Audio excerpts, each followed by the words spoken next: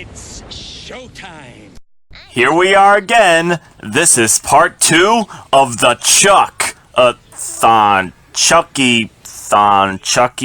Marathon, Chucky Thong, whatever. After Child's Play was released to theaters and freaked the living shit out of everyone and their children from buying dolls, well, let's make a sequel in just 2 years, but let's dub down the horror and make it a little more campy and more gory.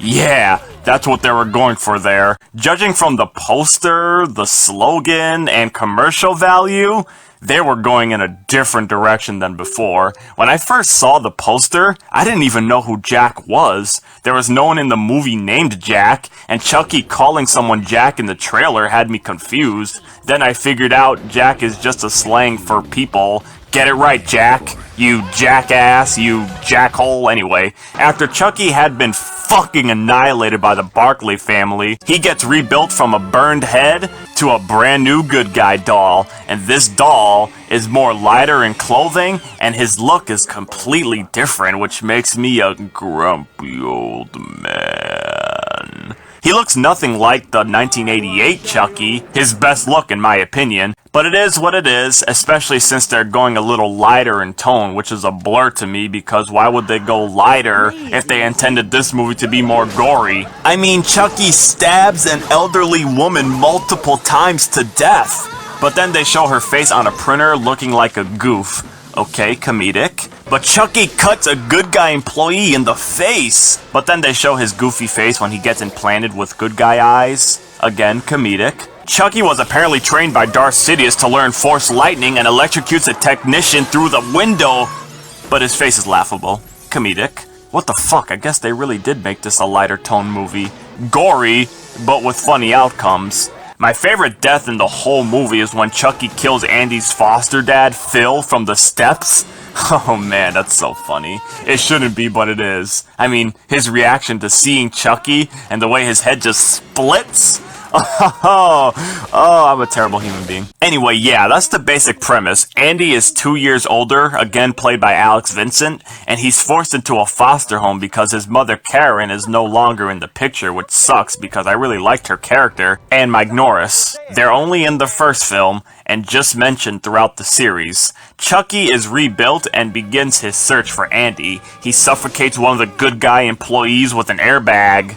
Them employees, man, they take all kinds of abuse in this movie. He has a foster sister named Kyle who smokes a lot and seems at first like an obvious victim for Chucky, but then she becomes a main part in the story. She's a very likable character, and according to this truck driver, she's also crazy bitch. They also bring back the scenario in which Chucky gradually turns more human inside the good guy doll. His look does gradually change a little, but nowhere near as different and noticeable in the first film. But this movie takes it a different direction by having Chucky's nose bleed, which is a unique concept. I like how they use it as an excuse to get past the police for a different type of doll, instead of the ones who wet themselves. Possibly the most iconic shot in the whole movie is Chucky walking slowly towards a teacher with a ruler, which is real creepy. The death is brutal, but unfortunately we barely see anything. Did the MPAA get their hands on this movie?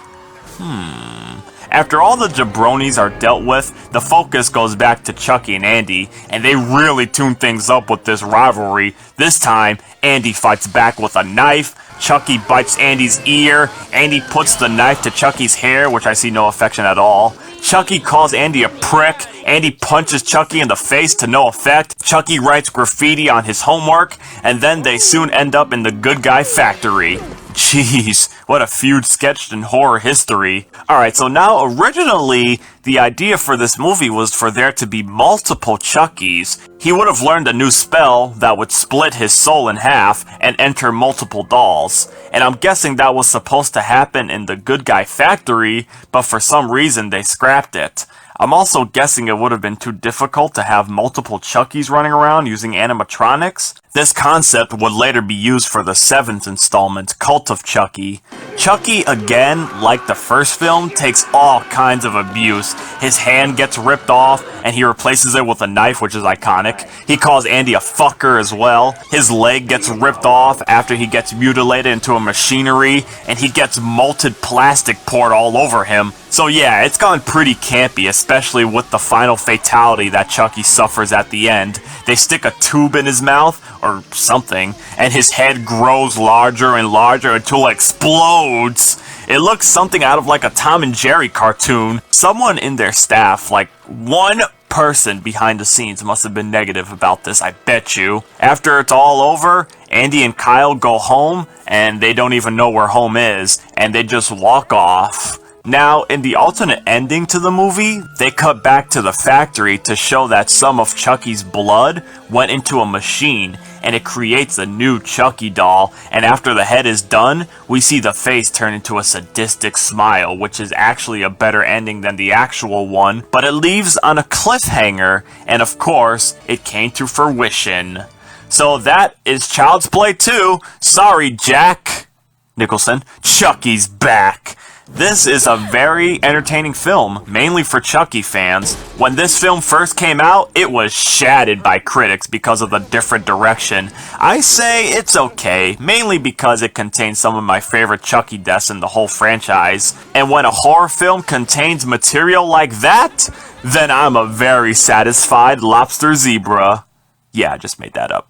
Put it in the history books. So if you're ever down to seeing a doll punch another doll in the face and bury it in someone's backyard laughing like a lunatic, then I suggest you turn your attention to Child's Play 2. Sorry, Jack.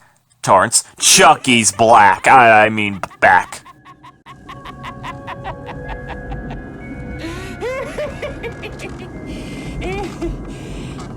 Eat dirt, Tommy.